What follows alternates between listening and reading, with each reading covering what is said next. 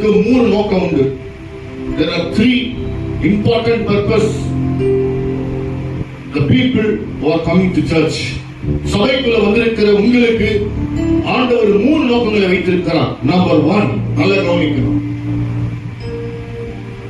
சபைக்குள்ள வந்தீங்கன்னா தேவனுடைய ஜெப ஆவியால் நிரப்பப்படும். சொல்லுங்க அல்லேலூயா, சொல்லுங்க. தேவ ஆவியினால ஒரு மனுஷன் நிரப்பப்பட வேண்டும். அதற்கு தான் ஆண்டவர் சபைகளை கற்ற வைத்திருக்கிறார். நம்பர் 2, இரண்டாவது காரியம், இயேசுவோடு கூட உங்க ஐக்கியம் அதிகமா ஆகணும். ஆமென் சொல்லுங்க. We have to always be intimate with the God, or we have to be intimacy with God. இரண்டாவது மிகப்பெரிய நோக்கம், நானும் தெய்வமும் எப்போதும் இணைக்கப்பட வேண்டும். அதற்காக கர்த்தர் கொண்டு வந்திருக்கிறார். மூணாவது ஒரு நோக்கம், வருகிற ஒவ்வொருவரும் எது உள்ளோ இல்லையோ உங்களுக்குள்ள நிச்சயமாய் பரிசுத்தான அபிஷேகம் நிறைந்து காணப்பட வேண்டும். சொல்லுங்க ஆமென் சொல்லுங்க. ஆமென் சொல்லுங்க. அல்லேலூயா சொல்லுங்க. சபைக்குள்ள வந்தா எனக்கு இது கிடைக்கும் அது கிடைக்கும், அதை கொடுப்போம் இதை கொடுப்பாரு அப்படின்னு நீ சபைக்குள்ள வந்தீங்கன்னா நீ மிகப்பெரிய ஒரு ஏமாளி. நான் சொல்றேன், சபைக்குள்ள வருகிறவனுக்கு கர்த்தர் தகுதியை கொடுக்கிறார். நீதிமான் விரும்புகிற காரியம் அவன் கொடுக்கிறது சொன்னா நீதிமான் கண்டதை விரும்ப மாட்டான். எது தேவனுக்கு விரும்புமோ அதைத்தான் நீதிமான் விரும்புவான். சொல்லுங்க அல்லேலூயா சொல்லுங்க. நல்லா கவனிக்கணும். ஆண்டவர் உனக்கு தந்திருக்கிற இந்த சபைக்குள்ள உன்னை கர்த்தர் வச்சார். நான் நல்லா கவனிக்கணும். உனக்குள்ளே ஒரு ஜெப ஆவி உனக்கு வேண்டும். நான் சொல்றேன் பாருங்க, ஜெபிக்காத மனுஷன் வாழ்க்கையில ஜெயத்தை பார்க்க முடியும். 16 ஆண்டு நான் சபைக்குள்ள வந்து கொண்டிருக்கிறேன். 20 ஆண்டு சபைக்குள்ள வர, 50 வருஷம் சபைக்குள்ள வர, ஆனா இதுவரைக்கும் என்னால சரியாக 1 மணி நேரம் கான்சன்ட்ரேஷன் பண்ணி ஜெபிக்க முடியாதுன்னு சொன்னாங்க. தேவ சபையை நீ ஏமாற்றம் கொண்டிருக்கிறாய். You have been deceived.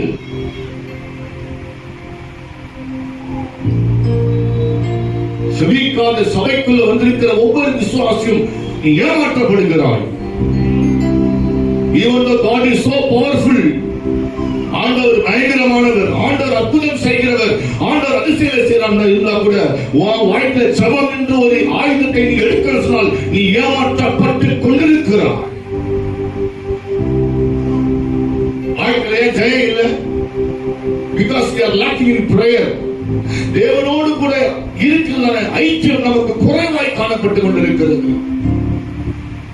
தானியேல் என்ற ஒரு தேவ மனுஷன் தினம் அவன் செய்து வந்தபடியே தவறாம ஒரு நாள் கூட மிஸ் பண்ணாம அவன் என்றைக்கு எருசலேமுக்குள் இருந்த தானியேல், அதே தானியேல் தான் சிறைப்பட்டு வந்த அந்த தூர தேசமாகிய பாபிலோனுக்குள்ள வந்த போதிலும் அவன் அல்லேலூயா ஒரு நாளும் 3 வேளை ஜெபிச்சான். பைபிள் சொல்லுது அவன் காரியத்தை ஜெயமாய் மாற்றினான். இங்க பைபிள்ல 3 வேளை போட்டிருக்கு. ஆனா ஒரு புறஜாதியான் சொல்றான், தரியை சொல்றான், நீ இடைவிடாமல் ஆராதிக்கிற தேவன் அல்லேலூயா அவனை தப்புவிக்க வல்லவராய் இருந்தார். நல்ல எந்த ஒரு மனுஷன் வாழ்க்கையில ஜெபமும் இடைவிடாமல் கர்த்தரை துதிக்க நீ நினைக்கிறா சொல்ற, அவன் வாழ்க்கையில 100 கர்த்தர் ஜெயத்தை கொடுக்க வல்லவராய் இருக்கிறார்.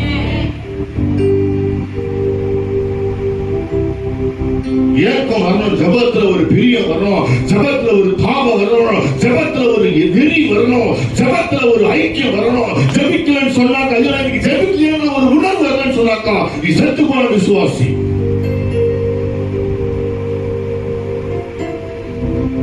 இன்றைக்கு ஆண்டவர் ஒரு ஜெபாவை கொடுக்க விரும்புகிறார். யாக்கோபு இரவெல்லாம் ஜெபிக்கிறார், தேவனுடைய பாதத்தை பிடிக்கிறார். ஆண்டவரே நீங்க என்ன ஆசீர்வதிக்கிற நாம போக விட ஆண்டவர் என்று சொல்லி யாக்கோபு இரவெல்லாம் போராடி ஜெபித்த போது ஆண்டவர் அந்த யாக்கோபை இஸ்ரவேலாய் கர்த்தர் மாற்றினார். தேவ சபையே, உன்னை ஆண்டவர் நீ தனிப்பட்ட மனுஷன் நாம வாழ்க்கையில உன் குடும்பத்துல நீ ஒரு ஆள் ரட்சிக்கப்பட்டு இருக்கிற, உன் குடும்பத்துல நீ மட்டும்தான். ஆனா நான் சொல்றேன், உனக்குள்ள ஜெபம் என்ற ஒரு ஆயுதம் இருக்கிறனால நீ தோற்று போவதில்லை.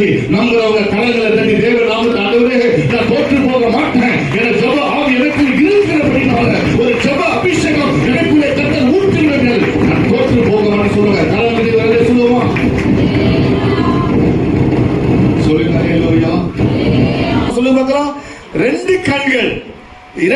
கண்களும் என்னவா வரணும் சொல்லி பார்க்கலாம், கண்ணீர் ஊற்றாய் மாற வேண்டும் அப்படின்னு நான் சொன்னா, our eyes should become a fountain. அப்படின்னா கண்ணீர் ஊற்றுன்னு சொன்னா அங்கே ஒரு தடை இல்லை, அது ஊற்று கொண்டே இருக்கும். அது ஒரு ஊற்றை போல என்ன பண்ணுமா, அது ஊறிக்கொண்டே இருக்க வேண்டும் என்று சொல்லி ஜெபிக்கிறார். சொல்லுங்க அல்லேலூயா சொல்லுங்க. சரி, இன்னொரு வருஷம் வாசிக்கலாமா? எரேமியா 14ஆம் அதிகாரத்தை திருப்பிக் கொள்வோம். எரேமியா 14ஆம் அதிகாரம், ஜெரமையா சாப்டர் 14 வாசிக்கலாம். 17ஆம் வசனம் வாசிக்கலாம். 17.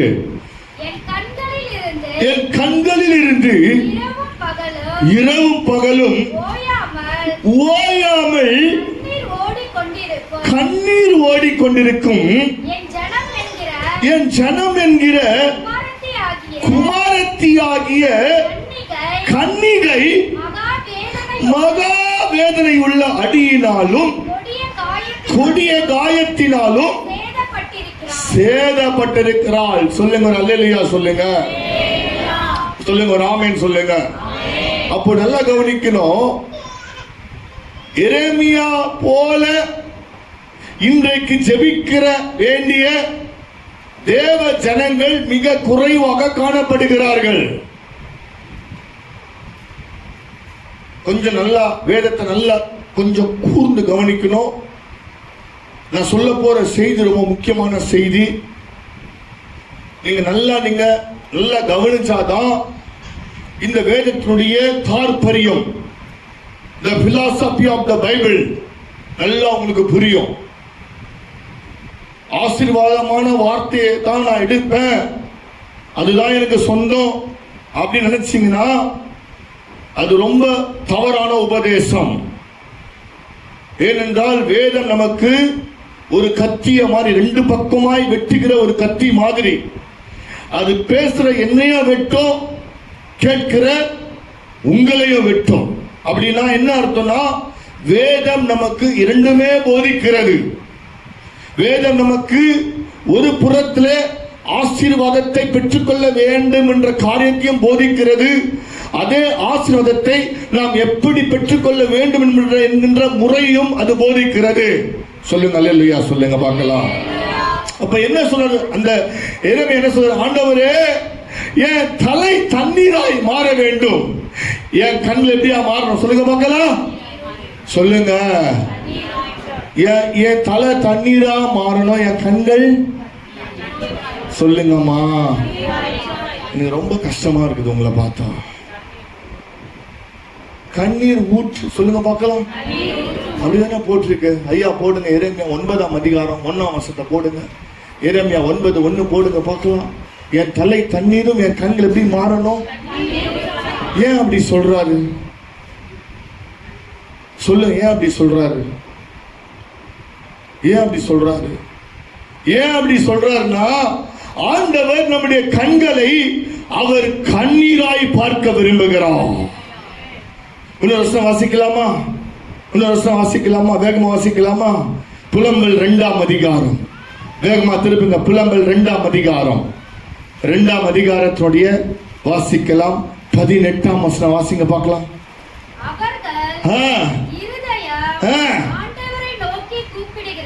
ஓகே,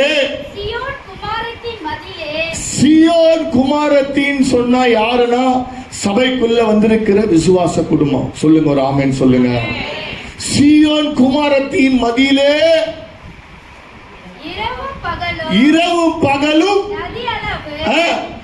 இப்ப நீங்க சொல்லுங்க எந்த அளவுக்கு கண்ணீர் வடிக்கணும் சொல்லுங்க பார்க்கலாம். அப்படி சொல்லிட்டு அவங்க பைபிள்ல போட்டிருக்கா? என்ன போட்டிருக்கு? உங்களை பார்த்து கேட்கிறேன், நதி அளவு தெரியுமா உங்களுக்கு? நதியை பார்த்திருக்கீங்க அவங்க வாழ்க்கையில? எவ்வளவு நதி, எவ்வளவு பெருசு நதி சொல்லுங்க. தண்ணி என்ன பண்ணும்? சரி, கங்கை நதிக்கு போயிருக்கீங்களா? யாரா கங்கை நதி பார்த்திருக்கீங்களா? பார்க்கலையா? எங்க பார்த்திருக்கீங்க? நான் நேரா போயிட்டு கங்கை நதியை போய் பார்த்தேன். அது பாட்டு தண்ணி போயிட்டே இருக்கு. கங்கை நதிக்கு ஓய்வு இல்லை. அப்படிதானே? அப்படிதானமா? அப்போ பைபிள் சொல்லுது அந்த அளவுக்கு என்ன பண்ணு நீ. அப்ப நம்ம அப்பனா அப்படின்னா நம்ம ஜெபிக்கவே மாட்டேன்றோம். இதுல எங்க கண்ணீர் வெடிக்க போறோம்? நீங்க சொல்லுங்க. ஏங்க நீங்க ஜெபிக்கிற ஆட்கள், சரியா ஜெபிக்கிற ஆட்களை கண்டுபிடிக்கிறதுக்கே இந்த காலத்துல ரொம்ப குதிரை கொம்பா இருக்குது. ஆனா பைபிள் சொல்லுது, சீயோன் குமாரத்தியே என்ன போட்டிருக்கு, இரவும் பகலும் என்ன பண்ணா, நதி அவ்வளவு கண்ணீர் விடு. அப்புறம் என்ன பண்ணாத, நீ ரெஸ்டே எடுக்காதம்மா, ஓய்ந்திராத. அப்புறம் உன் கண்ணின் கருப்பு விழி என்ன பண்ண இருக்காத, சும்மா இருக்க விடாத. நம்ம வாழ்க்கையில ஜெயம், ஏன் ஜெயத்தை பார்த்து பல வருஷம் ஆச்சு பிரதர், ஜெயத்தை பார்த்து பல நாள் ஆச்சுன்னு சொன்னாக்கா, கர்த்தர் என்ன விரும்புகிறார், உன்னை ஆண்டவர் கண்ணீர் விட சொல்லி கர்த்தர் விரும்புகிறார். சொல்லுங்க ஒரு அல்லேலூயா சொல்லுங்க. கண்ணீர் வடிக்கணும் தேவ சமூகத்துல. ஐயா நீ உன் கண்ணீரை நீ சிந்தி நீ ட்ரை பண்ணி பார். நீ எதோ நீ யோசிச்சு பார்த்திருப்ப, எதோ நீ ட்ரை பண்ணி பார்த்திருப்ப. ஆனா தேவ சமூகத்தை நீ கண்ணீர் வெடிச்சு பார். நீ 3 மணி நேரம் ஜெபிப்பதை காட்டிலும் ஒரு 1/4 மணி நேரம் நீ கண்ணீர் வெடிச்சு பாரு. அந்த ஜெபத்துக்கான பதிலை கர்த்தர் வித்தியாசமா கர்த்தர் மாற்றி விடுவான். தெரியுமா உங்களுக்கு? நம்ம என்ன பண்ணுதில்ல, கண்ணீர் வெடிப்பது. இன்றைக்கு ஜெபத்தை கண்ணீர் வடிச்சா அதை பயங்கரமா கேலி கிண்டல் செய்யற ஒரு கூட்டம் இன்றைக்கு உலகத்துல உண்டு இல்ல? ஏங்க கண்ணீர் வடிக்கிறீங்க, உங்களுக்கு விசுவாசம் இல்லையா? ஆனா நான் சொல்றேன், என் வேதம் சொல்லுகிறது, கண்ணீரோடு விதைக்கிறவன் என்ன பண்ண முடியும், கம்பீரமா அறுக்க முடியும். ஏமா நீ கண்ணீர் வடிக்காம தேவ சமூகத்தில் எதையும் பெற்றுக்கொள்ள முடியாது. நீ தேவ சமூகத்துல கண்ணீரோடு நீ தேவ சமூகத்தை உட்கார்ந்தாதான் நான் சொல்றேன். அல்லேலூயா. நான் சொல்றேன், இயேசு கண்ணீர் விட்டார். தெய்வம் தானே, என்ன ஒண்ணா பண்ணலாமே. ஒரு லாசர் இல்லைங்க, அந்த கல்லறைக்குள்ள வைக்கப்பட்ட அநேக சரீரத்தை எழுப்பி வர வைக்க வரல முடியுமே. ஆனா பைபிள்ல போட்டுக்கு இயேசு கண்ணீர் விட்டார். ஒரு ஆமென் சொல்லுங்க. சொல்லுங்க அல்லேலூயா சொல்லுங்க. நீங்க நல்லா ஜெபிக்கணும் கர்த்தர் விரும்புகிறார். உங்க ஊழியக்காரர் மாத்திரம் ஜெபிச்சா மொத்த சபை போதாது. அவரோடு இணைந்து ஜெபிக்கும்படி ஆண்டவர் விரும்புகிறார். சொல்லுங்க ஆமென் சொல்லுங்க. சொல்லுங்க அல்லேலூயா சொல்லுங்க. அவர் மாத்திரம் ஜெபிச்சே இருந்தா போதும் நினைக்கிறீங்களா? அது பத்தவே பத்தாது. நீ ஜெபிக்கிற ஜெபம் இந்த கூரை வரைக்கும் கூட போவாது. நான் சாட்சியா சொல்றேன். நம்ம ஜெபிக்கிற ஜெபம் தான் இந்த கூரையை கூட தட்டாது. ஜெபம் என்பது ஒரு பக்கம் இருந்தாலும் அந்த ஜெபத்துல நீ கண்ணீர் வடிக்க வேண்டும் என்ற கட்டளை மறுபக்கம். உங்ககிட்ட கண்ணீர் இருக்குதா சொல்லுங்க பார்க்கலாம். கண்ணீரோடு நீ செஞ்ச ஒரு காரியம், அது சின்ன காரியம் இருந்தாலும் ஒரு மிகப்பெரிய அறுவடைய நீ எப்ப பார்க்க முடியும் தெரியுமா? எந்த ஒரு மனுஷன் தேவ சமூகத்தில் கண்ணீர் வடிக்கிறான் நான் சொல்றேன், அந்த மனுஷனுடைய வாழ்க்கையில தான் அவன் அறுவடையை பார்க்க முடியும். ஏதோ ஆண்டவர் அற்புதம் செய்வார் நினைச்சா உன்னை நீ ஏமாற்றப்பட்டு கொண்டிருக்கிறாய் அர்த்தம். ஆண்டவர் எல்லாருக்கும் எல்லாத்தையும் எல்லாமே ஆண்டவரால செய்யறது இல்ல, செய்ய முடியாது ஆண்டவரால. மறுபடியும் சொல்றேன், ஆண்டவர் எல்லாருக்கும் அற்புதம் செய்வாரா? செய்ய முடியாது. எல்லாருக்கும் அற்புதம் செய்வாரா? செய்ய மாட்டார். எல்லாரும் சுகம் எடுக்கிறா? கொடுக்க மாட்டாரு. நம்முடைய ஆண்டவர் வாழ்க்கையை அப்படிதான் டிசைன் பண்ணியிருக்கிறாரு. விதைக்க ஒரு காலம் இருக்கும், சொல்லுங்க, அறுக்க ஒரு காலம் இருக்குது, கிழிக்க ஒரு காலம், கைக்க ஒரு காலம், புலம்ப ஒரு காலம், நடனம் பண்ண ஒரு காலம், அழ ஒரு காலம், நகைக்க ஒரு காலம். அப்படிதான் லைஃப் இருக்குது. எப்பவுமே சந்தோஷமா இருக்க சொல்லுங்க, நான் முட்டாளா மாறிடுவேன். நான் சிரிச்சுனே இருக்கிறேன்னா என்ன கூடுங்க நீங்க சாவுக்கு போற, சாவுல போயிட்டு எப்பங்க செத்தாரு இவரு சிரிக்கிற, என்ன சொல்லுவாங்க மக்கள்? என்ன சொல்லுவாங்க? என்ன லூசுன்னு சொல்லுவாங்க இல்ல? திருமணத்துக்கு போயிட்டு அது நேக்குற கல்யாணம் பண்ணிட்டு என்ன சொல்லுவீங்க நீங்க? எங்க வந்து என்ன பண்றாங்க? எங்க சபையில வந்து பரலோகமே சொன்ன நிலைத்திட்டுறாங்க. என்னங்க சாவு பாட்டை இங்க பாருங்க.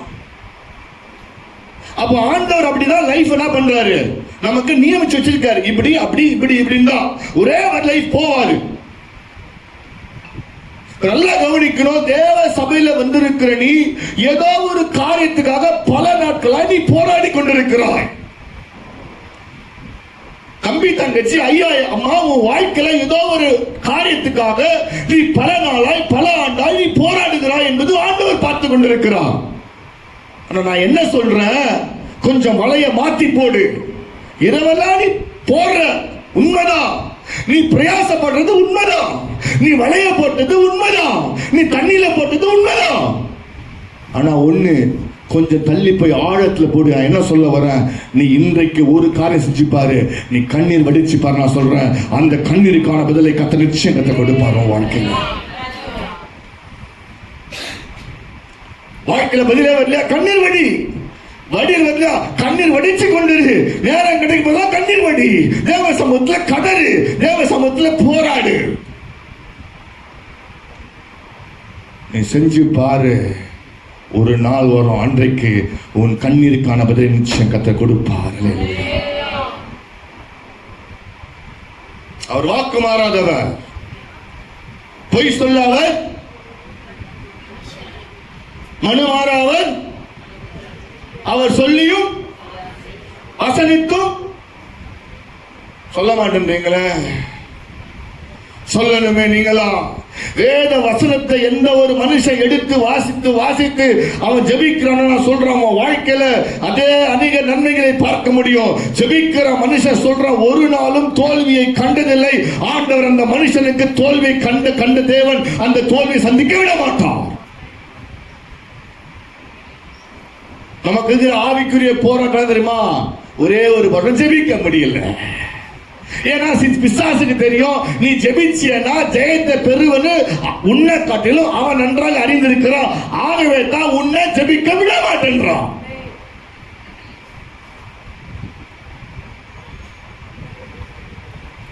நல்லா உன் டெஸ்டினி தெரியும், இந்த பாதலை அவன் போயிட்டா அவன் பிடிப்பான்னு தெரியும்.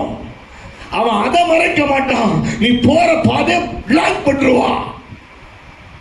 நீ ஒரு பாதையில போற பாரு, ஐயா நான் ஜெபிக்கணும்னு போற பாரு, வேதத்தை வாசிக்கணும்னு போற பாரு, பரிசுத்தமா இருக்கணும்னு போற பாரு, அந்த பாதையை பிளாக் பண்ணிட்டானா நீ டெஸ்டினி நீ மறந்துடுவ.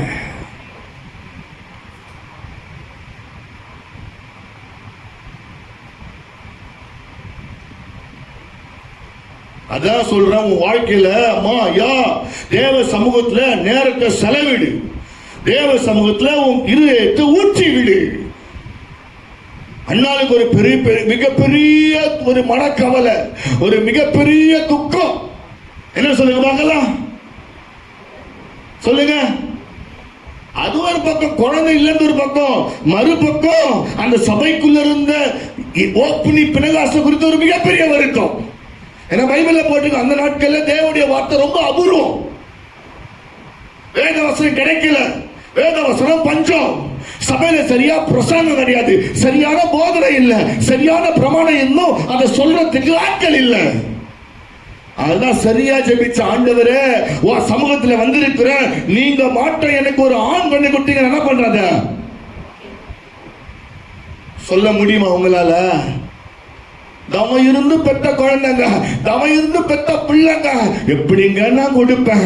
அதை நான் வளர்த்து ஆளாக்கி அதை நான் டாக்டருக்கு படிக்க வச்சு பின்பதாக கத்திரிக்க கொடுப்பேன்னு சொல்ல பைபிள்ல போட்டுக்கு. அவன் குழந்தையா இருந்த போதும் அவன் கொண்டு சபைக்குள்ள விட்டான் தான் அவதான உண்மையான கண்ணோடு ஜெபித்த ஒரு ஸ்திரீயா இருக்க முடியும்.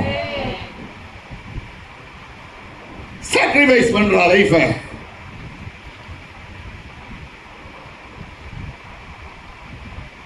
புதுசா ஒரு கார் வாங்குறீங்க பிரதர், எவ்வளவு ரேட்டு? 1 கோடி. என்ன காரு? BMW car. என்ன கலரு? Blue colour. ஜெபம் பண்றீங்க, உபவாசம் போடுறீங்க, கண்ணீர் வடிக்கிறீங்க. ரொம்ப சந்தோஷப்பட்டு காரை வாங்கின உடனே அந்த சாவி நேரத்துல வந்து, பாஸ்டர் நான் ரொம்ப பிரயாசப்பட்டேன் பாஸ்டர், நான் ரொம்ப அழுதேன் பாஸ்டர், ஆண்டவர் எனக்கு காரை கொடுத்தாரு, இந்த கார் எனக்கு வேணாம், நீங்களே கொடுக்க முடியுமா அவங்களால? சொல்லுங்க. முடியாதுல்ல. ஏன் தெரியுமா முடியாது? எந்த ஒரு மனுஷன் ஆண்டவர் மேல அதிகமா ஆசைப்பட்டானோ, எந்த ஒரு மனுஷன் ஆண்டவர் மேல தாகமா இருக்கிறானோ, அந்த மனுஷன் இந்த உலகத்துல எதையும் இழக்க தயாரா மாறிடுவான். நீ இழக்கணும்னு சொல்லத்தான் எந்த ஒரு மனுஷன் தேவ சமூகத்துல அதிகமா இருந்த ஊற்றானோ, நான் சொல்றேன் அந்த மனுஷன் தேவனுக்காக தன் ஜீவனை கொடுக்க தயாரா மாறிவிடுவான். அப்புறம் உன் கண்ணின் கருப்பு விழி என்ன பண்ண இருக்காத, சும்மா இருக்க விடாத. நம்ம வாழ்க்கையில ஜெயம், ஏன் ஜெயத்தை பார்த்து பல வருஷம் ஆச்சு பிரதர், ஜெயத்தை பார்த்து பல நாள் ஆச்சுன்னு சொன்னாக்கா, கர்த்தர் என்ன விரும்புகிறார்? உன்னை ஆண்டவர் கண்ணீர் விட சொல்லி கர்த்தர் விரும்புகிறார். சொல்லுங்க ஒரு அல்லேலூயா சொல்லுங்க. கண்ணீர் வடிக்கணும் தேவ சமூகத்துல. ஐயா நீ உன் கண்ணீரை நீ சிந்தி நீ ட்ரை பண்ணி பார்.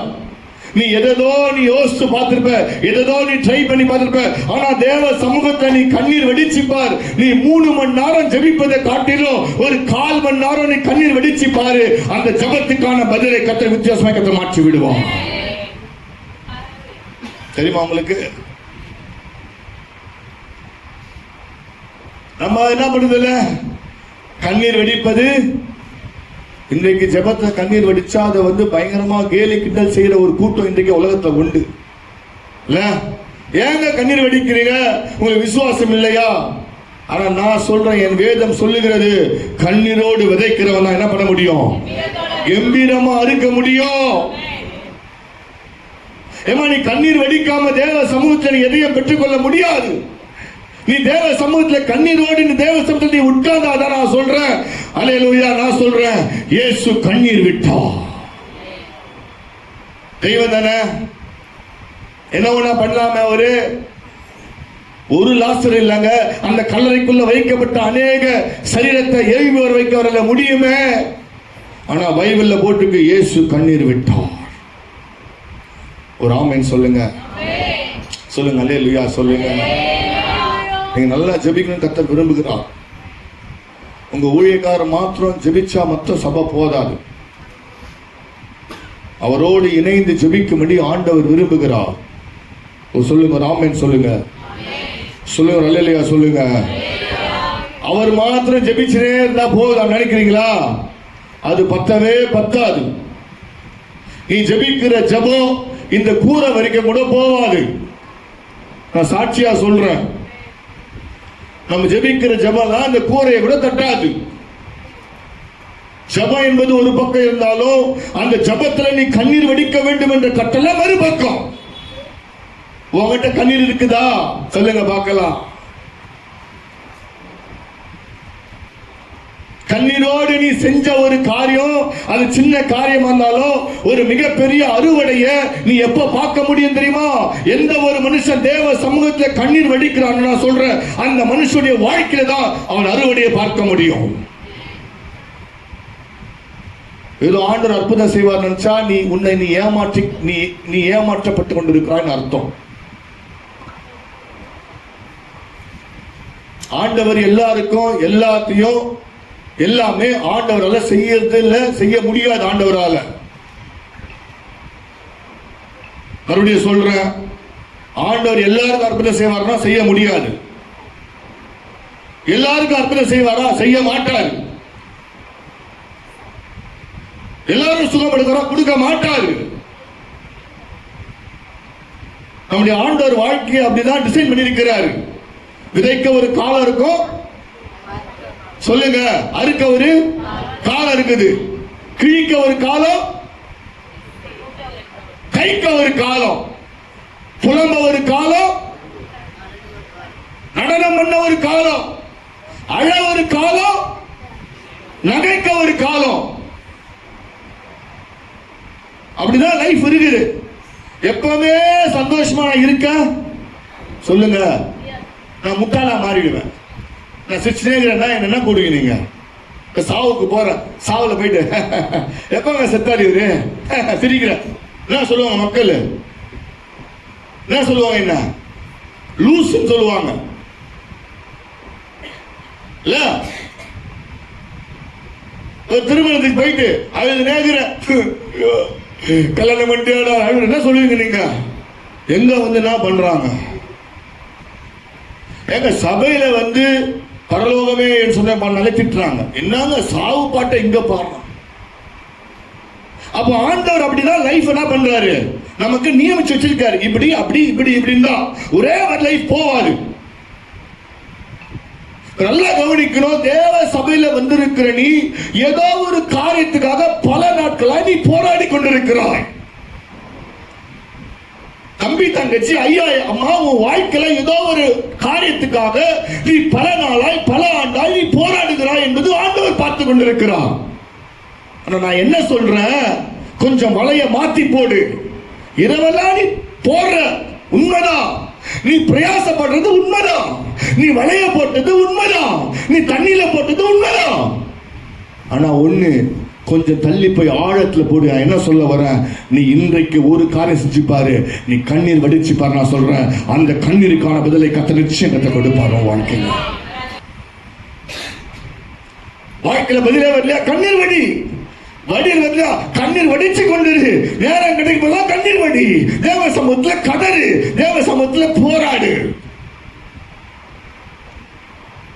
நீ செஞ்சு பாரு, ஒரு நாள் வரும், அன்றைக்கு உன் கண்ணீருக்கான பதிலை நிச்சயம் கர்த்தர் கொடுப்பார். அவர் வாக்கு மாறாதவர், பொய் சொல்லாதவர், மனு மாறாதவர். அவர் சொல்லியும் வசனித்தும் சொல்ல மாட்டேன்றீங்களே, சொல்லணுமே நீங்களா? வேத வசனத்தை எந்த ஒரு மனுஷன் எடுத்து வாசித்து வாசித்து அவன் ஜெபிக்கிறான்னு சொல்றான், வாழ்க்கையில அதே அதிக நன்மைகளை பார்க்க முடியும். ஜெபிக்கிற மனுஷன் சொல்றான், ஒரு நாளும் தோல்வியை கண்டதில்லை. ஆண்டவர் அந்த மனுஷனுக்கு தோல்வியை கண்ட தேவன் அந்த தோல்வியை சந்திக்க விட மாட்டான். நமக்கு எதிர ஆவிக்குரிய போராட்டம் தெரியுமா? ஒரே ஒரு வருடம் ஜெபிக்க முடியல. ஏன்னா பிசாசுக்கு தெரியும், நீ ஜெபிச்சியனா ஜெயத்தை பெறுவன்னு உன்னை காட்டிலும் அவன் நன்றாக அறிந்திருக்கிறான். ஆகவே தான் உன்னை ஜெபிக்க விட மாட்டேன்றான்.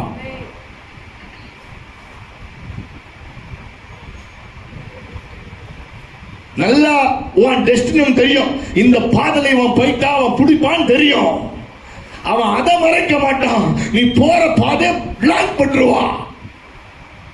நீ ஒரு பாதையில போற பாரு, ஐயா நான் ஜெபிக்கணும்னு போற பாரு, வேதத்தை வாசிக்கணும்னு போற பாரு, பரிசுத்தமா இருக்கணும்னு போற பாரு, அந்த பாதையை பிளாக் பண்ணிட்டானா நீ டெஸ்டினி நீ மறந்துடுவ.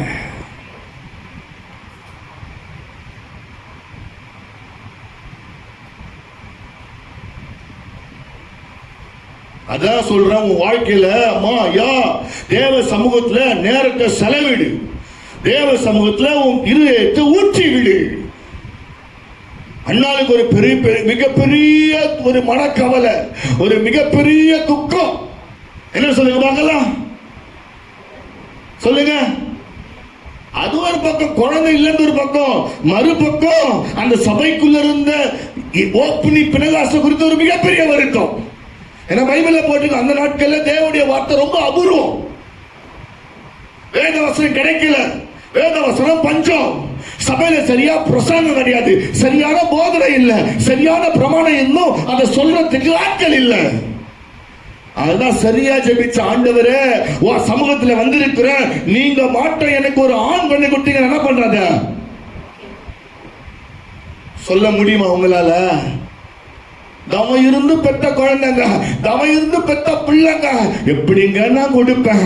அதை நான் வளர்த்து ஆளாக்கி அதை நான் டாக்டருக்கு படிக்க வச்சு பின்பதாக கத்திரிக்க கொடுப்பேன்னு சொல்ல பைபிள்ல போட்டுக்கு. அவன் குழந்தையா இருந்த போதும் அவன் கொண்டு வந்து சபைக்குள்ள விட்டான் தான் அவதான உண்மையான கண்ணோடு ஜெபித்த ஒரு ஸ்திரியா இருக்க முடியும். சாக்ரிஃபைஸ் பண்றா லைஃபை.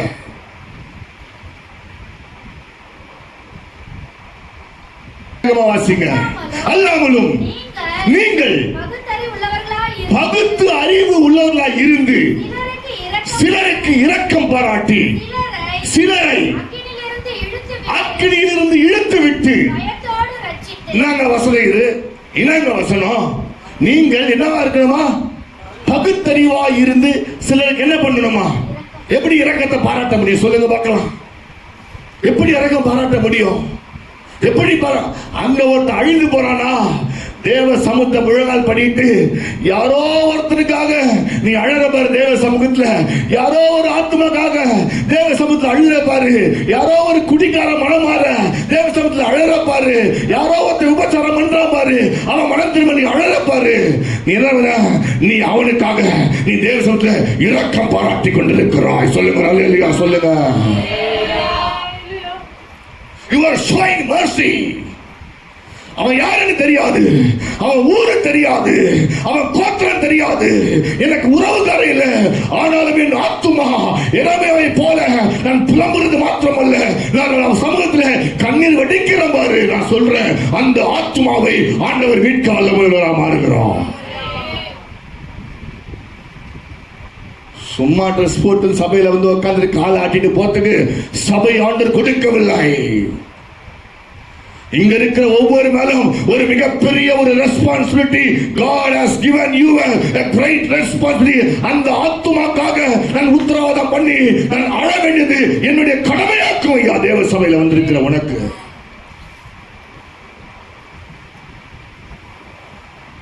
ஜெபம் என்பது மிகப்பெரிய ஆயுதம். சபைக்குள்ள தேவன் கொடுத்திருக்கிற ஒரு மிகப்பெரிய பொக்கிஷம், ஒரு ஜெப ஆயுதம்.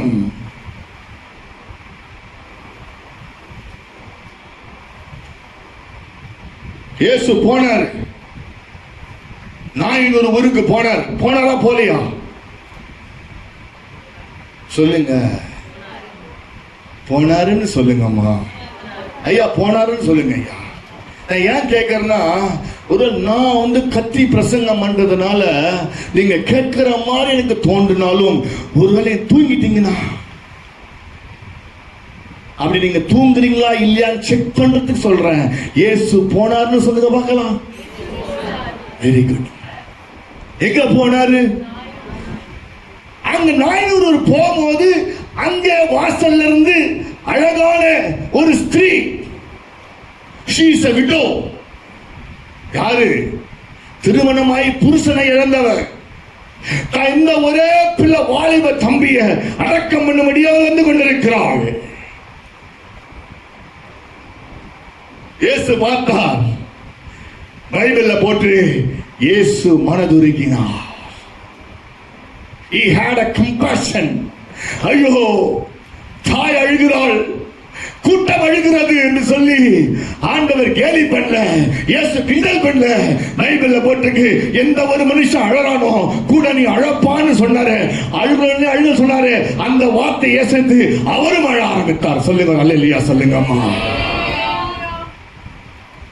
நீ அழுகிறத பார்த்து உலக நகைக்கலாம்.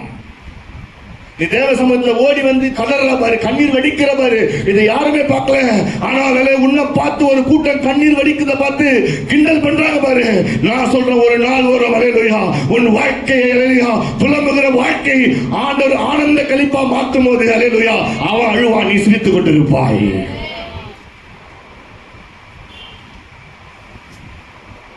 விசுவாசம் அப்படி வரணும் என் வாழ்க்கையில. விசுவாசம் பேசுற மொத்தம் போதாது. உன் வாழ்க்கையில விசுவாசத்தை முயற்சி செய். அல்லேலூயா. விசுவாசம் இல்லாத அல்லேலூயா எந்த ஒரு காரியம் செத்து போன காரியம். உன் வாழ்க்கையில இன்றைக்கு ஜீவனை ஊற்றும்படியாய், ஜீவனை கொடுக்கும்படியாய் உனக்குள்ளே ஒரு கண்ணீரின் ஜெப ஆவியை கர்த்தர் கொடுக்கும்படி கர்த்தர் விரும்பி கொண்டிருக்கிறார்.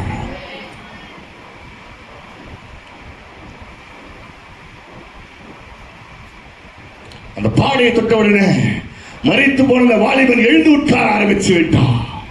எல்லாருக்கும் ஆச்சரியம். அங்கே பைபிள் சொல்லுது, எல்லாரும் பயமடைந்தார்கள். சொல்லிதான் பேசுறாங்க, மகா பெரிய தீர்க்கதரிசியானவர் நமக்குள்ளே அவர் தோன்றிட்டார் சொல்லி இயேசுவை உயர்த்த ஆரம்பித்து விட்டார்கள்.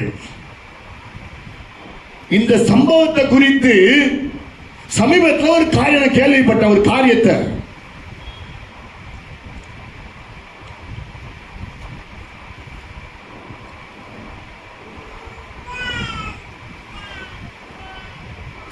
மகாரிஷின்னு ஒரு புத்தகம்.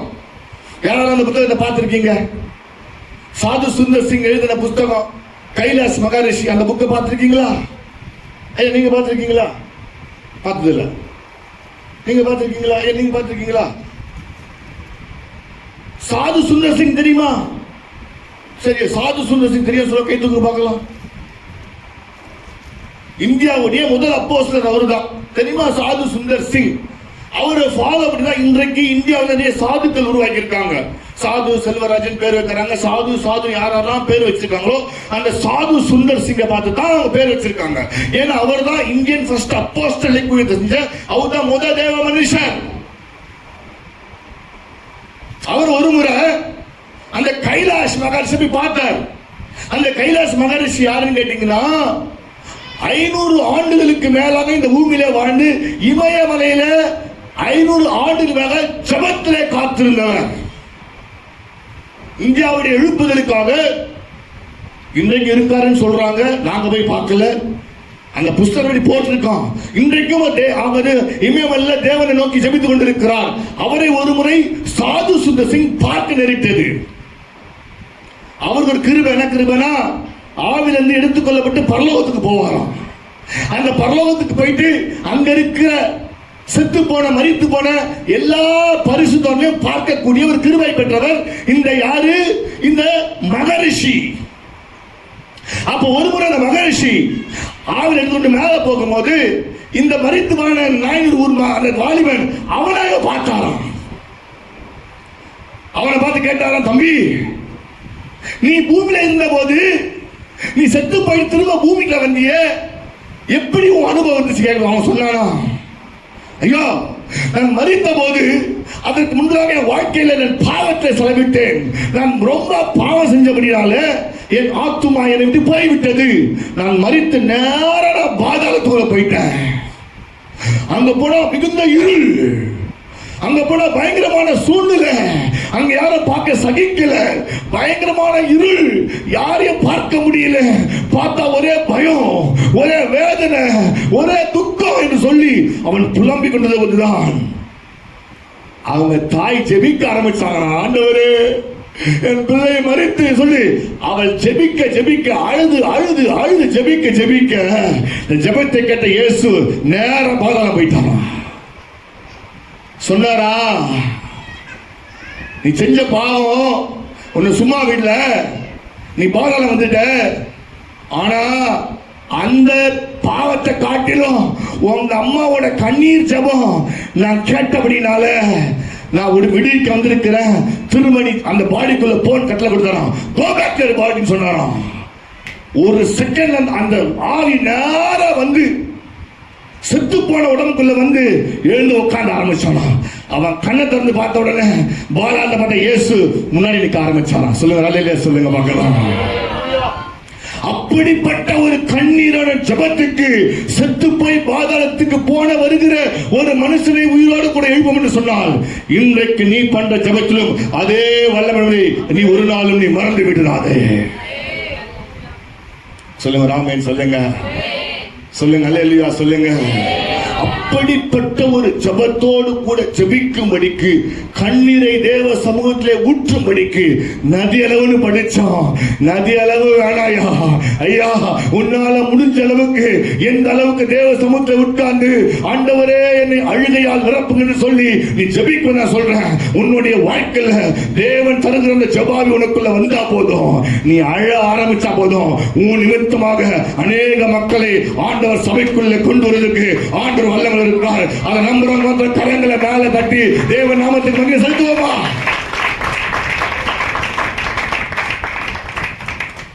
ஒரு ஆமென் சொல்லுங்க, சொல்லுங்க அல்லேலூயா. சரி, மணி 8:44 ஆகி போச்சு. ஒரே ஒரு காரியம் சொல்லி நான் ஜெபிக்க நான் விரும்புகிறேன். வாசிக்கலாம். எசேக்கியேல் 9ஆம் அதிகாரம். எல்லாருக்கும் தெரிஞ்ச வசனம் தான். நிறைய காரியம் சொல்ல வேண்டியது நேரம் இல்லை. நான் ரொம்ப சுருக்கமாக நான் முடித்து நான் ஜெபிக்க விரும்புகிறேன். எசேக்கியேல் 9ஆம் அதிகாரம். வேகமா திருப்புங்க பார்க்கலாம். எசேக்கியேல் 9ஆம் அதிகாரம் வாசிக்கலாம். 1ஆம் வசனம் வாசிக்கலாம். சரி, என் காதுகள் கேட்க மகா சத்தமாய் சரி நகரத்தின் விசாரிப்பு ஊழியக்காரர் ஓகே சங்கரிக்கும் ஆயுதங்களை தங்கள் கைகளில் பிடித்துக் கொண்டு வர கடவர்கள் என்று சொன்னார். ஓகே, வாசிங்க. இதோ வாசிங்க. 6 புருஷர் வெட்டுகிற ஆயுதங்களை தங்கள் கைகளில் பிடித்துக் கொண்டு வடக்கே பார்த்த உயர்ந்த வாசலின் வழியிலிருந்து ஓகே வந்தார்கள். ஓகே, அவர்களில் சணல் நூல் அங்கி தரித்து தன் அறையில் கணக்கனுடைய மைக்கூட்டை சரி வைத்திருக்கிற ஒருவன் இருந்தான். சரி, அவர்கள் உள்ளே பிரவேசித்து ஓகே வெண்கல பலிபீட தண்டையிலே நின்றார்கள். அப்பொழுது இஸ்ரவேலின் தேவனுடைய மகிமை கேருபின் மேலிருந்து எழும்பி ஆலயத்தின் வாசற்படியிலே வந்து சணல் நூல் அங்கி தரித்து தன்னுடைய அறையிலே புருஷனை கூப்பிட்டு கர்த்தர் அவனை நோக்கி, நீ எருசலேம் நகரம் எங்கும் உருவப் போய் அதற்குள்ளே செய்யப்படுகிற சகல அருவருப்புகளின் நிமித்தமும் பெருமூச்சு விட்டு அழுகிற மனுஷரின் நெற்றியில் என்ன படு? நல்லா கவனிக்கணும். எருசலேமுக்குள்ள நடக்கிற பயங்கரமான அருவருப்பை குறித்து நீ போய் பிரசங்கம் பண்றவன் நெத்தில போயிட்டு அடையாளம் போடு என்று கர்த்தர் சொல்லவில்லை. சொல்லுங்க ஒரு அல்லேலூயா சொல்லுங்க. என்ன சொல்றாரு? எந்த ஒரு மனுஷன் அக்கிரமம் பண்றான், எந்த ஒரு மனுஷன் பாவம் பண்றான், அந்த மனுஷனை குறித்து எந்த ஒரு தேவஜனங்கள் கண்ணீரோடு தேவ சமூகத்துல கதறி கதறி கண்ணீர் வடிக்கிறார்களோ அவங்க நெத்தில அடையாளம் போடு என்று கர்த்தர் சொன்னார். எந்தெந்த மனுஷன் தலையில நெத்தில அடையாளம் போடப்பட்டார்களோ அந்த மனுஷனை ஆண்டவர் உயிரோடு காப்பாற்றினார். சொல்லுங்க அல்லேலூயா சொல்லலாமா? அதைத்தான் அதே 9ஆம் அதிகாரத்திலேயே வாசிக்கலாம் 4, 5 மற்றும் 6ஆம் வசனம். கர்த்தர் அவனை நோக்கி, ஓகே, எருசலேம் நகரம் எங்கும் உருவப் போய் அதற்குள்ளே செய்யப்படுகிற சகல அருவருப்புகளின் நிமித்தம் ஓகே பெருமூச்சு விட்டு அழுகிற மனுஷர்கள், பெருமூச்சு சாதா மூச்சு இல்ல, பெருமூச்சு விட்டு அழுகிற மனுஷரின் நெற்றிகளில் அடையாளம் போடு என்றார். சரி, பின்பு அவர் என்னுடைய காதுகள் கேட்க மற்றவர்களை நோக்கி, நீங்கள் இவன் பின்னாலே நகரம் எங்கும் உருவப் போய் வெட்டுங்கள், உங்கள் கண் தப்ப விடாமலும் நீங்கள் இரக்கம் காட்டாமலும் முதியோரையும் வாலிபரையும்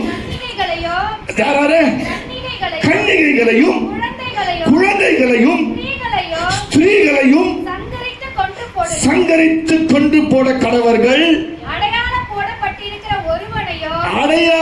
போடப்பட்டிருக்கிற ஒருவனையும் எந்தெந்த நேரத்தில் அடையாளம் போட்டியோ அவனை கைய வச்சிடாதப்பா. எந்தெந்த மனுஷன் ஜெபிக்காம, எந்தெந்த ஒரு மனுஷன் கதறி அழாம இருக்கிற அவன் தலையில மாத்திரம் என்ன பண்ண நீ அடையாளம் போடாத என்று சொல்லி பைபிள்ல போட்டிருக்கு. அப்பொழுது அவர்கள் என் பரிசுத்த ஸ்தலத்திலே துவக்குங்கள் என்று என் காதுகள் கேட்க சொன்னார். அப்பொழுது அவர்கள் ஆலயத்துக்கு முன்னே இருந்த மூப்பரிடத்தில் நல்லா கவனிக்கணும். தேவ சமூகத்தில் வந்திருக்கிற தேவ ஜனமே, எருசலேமுக்குள்ள நடக்கிற அருவருப்பை குறித்து ஒருவேளை நீ கவலையற்று நீ இருப்பாய் என்று சொன்னால் உன் நெத்தியிலே அடையாளம் போடப்பட மாட்டாது. ஒருவேளை அடையாளம் போடப்படலன்னு சொன்னாக்கா இங்கே சொல்லுகிற வண்ணமாய் ஆண்டவர் அல்லேலூயா தம்முடைய தூதர்களாகிய ஊழியக்காரரை கொண்டு இந்த உலகத்தில் ஒரு மிகப்பெரிய ஒரு நியாய தீர்ப்பை கற்றுக் கொண்டு வர போகிறார். அந்த நியாய தீர்ப்பு துவங்குமிடம் தேவ சபை. எங்க துவக்கம் பண்ணாங்க? அது எங்க துவக்கம் பண்ணாங்க? எந்த ஒரு சபையில் இருக்கிற எல்டர்ஸ்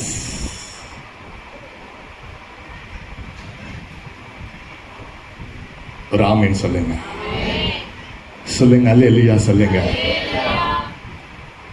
நல்லா கவனிக்கணும். இப்ப உங்களை பார்த்து ஒரு கேள்வி கேட்கிறேன்.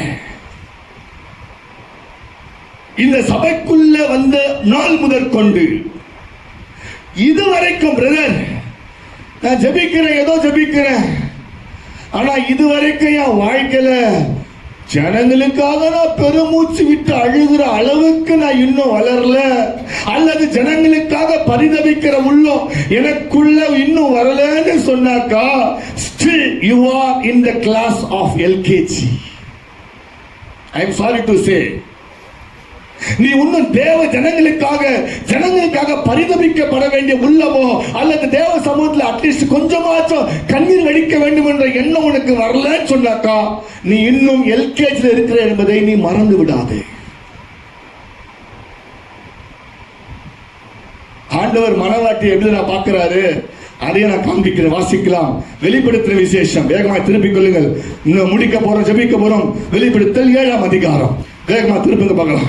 வெளிப்படுத்தல் இந்த வேத புஸ்தகத்துடைய வாசிக்கலாம் 7ஆம் அதிகாரம். 7ஆம் அதிகாரத்துடைய வாசிக்கலாம். வெளிப்படுத்தல் 7ஆம் அதிகாரம். 7ஆம் அதிகாரம் வாசிக்கலாம். 17ஆம் வசனம். 17ஆம் வசனம். சிங்காசனத்தின் மத்தியில் இருக்கிற ஆட்டுக்குட்டியானவரே, இவர்களை மேய்த்து இவர்களை ஜீவ தண்ணீர் உள்ள ஊற்றண்டைகளுக்கு நடத்துவார். தேவனே, அவரே, தேவன் தாமே, நான் வேற யாரும் இல்லை. யாரு? தேவனே வந்து என்ன பண்ணுவாரா? ஏன் துடைப்பார் என்றத அதே அதிகாரத்துடைய வாசிக்கலாம். அதே 7ஆம் அதிகாரத்துடைய வாசிக்கலாம். 1 வாசிக்கலாம். வேகமா வாசிக்கலாம். இவைகளுக்கு பின்பு 2ஆம் வசனம் வாசிக்கலாம். 2ஆம் வசனம் வாசிக்கலாம். ஜீவனுள்ள தேவனுடைய முத்திரை கோலையுடைய வேறொரு தூதன் சூரியன் உதிக்கும் திசையிலிருந்து ஏறி வர கண்டேன். அவன் பூமியையும் சமுத்திரத்தையும் சேதப்படுத்துகிறதற்கு அதிகாரம் பெற்ற 4 தூதரையும் நோக்கி, நாம் நமது தேவனுடைய ஊழியக்காரரின் நெற்றிகளில் முத்திரை போட்டு தீருமளவும் பூமியையும் சமுத்திரத்தையும் மரங்களையும். சரி, ஓகே. முத்திரை போடப்பட்டவர்களின் தொகையை சொல்ல கேட்டேன். இஸ்ரவேல் புத்திரருடைய சகல கோத்திரங்களிலும் முத்திரை போடப்பட்டவர்கள். நல்லா கவனிக்கணுமா? நல்லா கவனிக்கணும். இந்த 1,44,000 பேருடைய நெற்றியிலே அடையாளம் போடப்பட்டிருக்கிற அன்றைக்கு எசேக்கியேல் புஸ்தகத்தில் அன்றைக்கு ஆண்டவர் வெளிப்பாடாய் சொன்ன அதே காரியம் அன்றோடு முடியவில்லை. இன்றைக்கு புதிய உடன்படிக்கைக்குள்ள இருக்கிற நமது தலைகளிலே நெற்றியிலே அடையாளம் போடப்பட்டிருக்கிற அந்த மனுஷன் தான் தேவனுக்கு உகந்த மனவாட்டியாய் மாற முடியும். அந்த மனுஷனுடைய கண்ணீரை தான் தேவன் துடைப்பார். நம்ம நினைக்கிற மாதிரி ஆண்டவரும் கண்ணீர் துடைப்பாருமா என்று சொல்லி இந்த பூமிக்குரிய காரியத்தில் இருக்கிற சின்ன சின்ன கஷ்டத்துக்கு, சின்ன சின்ன போராட்டத்துக்கு, என் கடன் பிரச்சனைக்கு கண்ணீர் துடைப்பாரா, என் பிள்ளைக்கு, அந்த கதை இல்லை.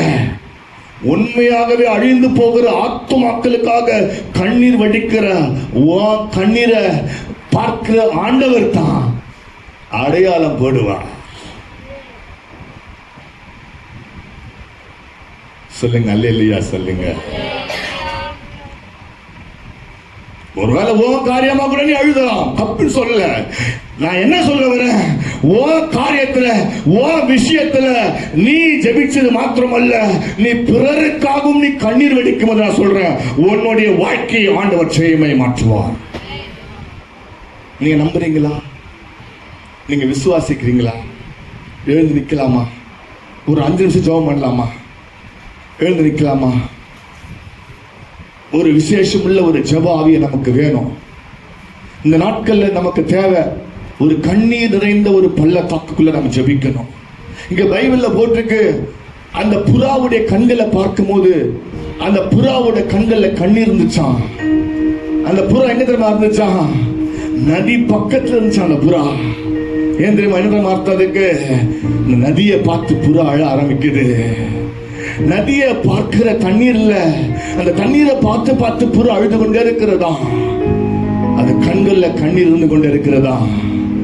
தேவ சபையை இன்றைக்கு சுத்தி பாரு, சூழ்நிலையை பாரு. இதுக்கோ நீ கஷ்டப்படுற, வேதனைப்படுற. ஆனா இன்றைக்கு அழிந்து போகிற மக்களை குறித்து நீ வேதனைப்படலையே. அம்மா, ஐயா, நீ அதற்காக வேதனைப்பட வேண்டும் என்று கர்த்தர் விரும்புகிறார். அன்றைக்கு ஏனோக்கு பிரசங்கம் பண்ணா, இதோ ஆண்டவர் வருகிறார் பிரசங்கம் பண்ணா, ஜனங்க காப்பாற்றப்படவில்லை. அன்றைக்கு நோவா பிரசங்கம் பண்ணார், ஐயா மழை வர போகிறது, எல்லாம் ஓடி வாருங்கள் என்று பிரசங்கம் பண்ணார், ஜனங்க காக்கப்படவில்லை. அன்றைக்கு சோதோமுக்குள்ள லோத்து பிரசங்கம் பண்ணார், வதைக்கப்பட்டார், ஜனங்க காக்கப்படல. ஆனால் பின்பதாக வந்த எரேமியா கண்ணீர் வடிச்சாரு, தானியேல் கண்ணீர் வடிச்சாரு, செப்பனியா கண்ணீர் வடிச்சாரு, மல்கியா கண்ணீர் வடிச்சாரு, ஏசாயா கண்ணீர் வடிச்சாரு. அதோட பிரதிபலன் தான் ஜனங்கள், சிறைப்பட்டு போன ஜனங்கள் மீண்டுமாய் மீட்கப்பட்டார்கள். ஐயா, இன்றைக்கும் வாழ்க்கையில இந்த பூமியில உன்னதான் கர்த்தர் ஒரு எரேமியா வச்சிருக்கிறாரு. தங்கச்சி, உன்னதான் கர்த்தர் ஒரு தெபரா வச்சிருக்கிறாரு. தம்பி, சபையில உன்னதான் கர்த்தர் ஒரு தானியேலை வச்சிருக்கிறாரு. எதுக்கு தெரியுமா? சும்மா வந்து சபையை அட்டெண்ட் பண்றது போதில்ல, விசிட்டிங்காக இல்ல, நீ கண்ணீர் வடிக்க முடியும் கர்த்தர் வச்சிருக்கிறார். உன் கண்கள்ல கண்ணீர் வடிக்க முடியும் ஆண்டவர் விரும்புகிறான். ஒரு ஊழியக்காரரை பார்த்து ஒரு அம்மா சொன்னாங்களாம், ஐயா என் கண்கள்ல கண்ணாடி போட்டாங்க ஐயா. என்னம்மா கண்ணாடி போட்டாங்க? அந்த அம்மாவுடைய பழக்கம், எந்த ஒரு ஜப குறிப்பிட்டாலும் உடனே அழுதுருவாங்களாம். அவங்க அழுது அழுது அழுது அழுது அழுது அந்த நிறம்பே காஞ்சி போய் அந்த கண்கள் இருக்க வேண்டிய அந்த கண்ணீருடைய வெப்பம் காஞ்சி போனபடினால கண் பார்வை இழந்து போயிட்டாங்களாம். ஐயா, அம்மா உன்னை அப்படி ஜெபிக்க நான் சொல்லல, அட்லீஸ்ட் மாசத்துல ஒரு முறை ஆச்சும் நீ கண்ணீர் வடிக்க வேண்டும் என்ற விருப்பம் உனக்குள்ள வரணுமா? தேவ சமூகத்துல கண்ணீர் வடிக்க வேண்டும் என்ற இதய துடிப்பு உனக்கு வரணும். ஆத்தும பாரம் உனக்குள்ள எந்த அளவுக்கு இருக்குதோ அந்த அளவுக்கு அந்த பாரம் தான் வெளிப்படையா காண்பிக்கிற அடையாளம் கண்ணீர். கண்ணீர் இருக்குதா? கண்ணீர் வடிக்கிறாயா? மரித்து போன பாதாளத்துக்குள்ள போகப்பட்ட அநேக நிலை இன்றைக்கு உண்டு பூமியில. குடிக்காரன், உன் புருஷன் குடிக்கிறான, உன் புருஷன் சபைக்குள்ள வரலையே, அதற்காக நீ கண்ணீர் வடிக்கிறாயா? தேவ சபையே, உன் பிள்ளை ரட்சிக்கப்படலையே, உன் பிள்ளை சபைக்குள்ள வந்து பல மாசம் ஆச்சு, பல வருஷம் ஆச்சு, உன் பிள்ளைக்காக நீ கண்ணீர் வடிக்கிறாயா? தேவ சபையே, கர்த்தர் பார்த்து பாருங்க, கர்த்தர் பார்த்து பாருங்க அப்படி என்று சொல்லி அன்றைக்கு கர்த்தர் பார்த்து பாருன்னு சொன்ன ஏலிய போல இருந்தியனா, ஓப்பனி பின்னகசுடைய நிலைமை தான் உன் பிள்ளைக்கும் வர என்பதை மறந்து விடாத. நீ முந்திக்கொள். இல்ல இல்ல இல்ல, நான் விட மாட்டேங்க, என் பிள்ளைய நான் விட மாட்டேன், இல்ல என் புருஷனை விட மாட்டேன், என் மனைவி நான் விட மாட்டேன், எப்படியாச்சும் என் கண்ணீர் ஜபத்தினால அவளை கொண்டு வரேன்னு சொல்லி ஒரு மிகப்பெரிய ஒரு அல்லேலூயா ஒரு முடிவோடு நீ புறப்பட்டு போ.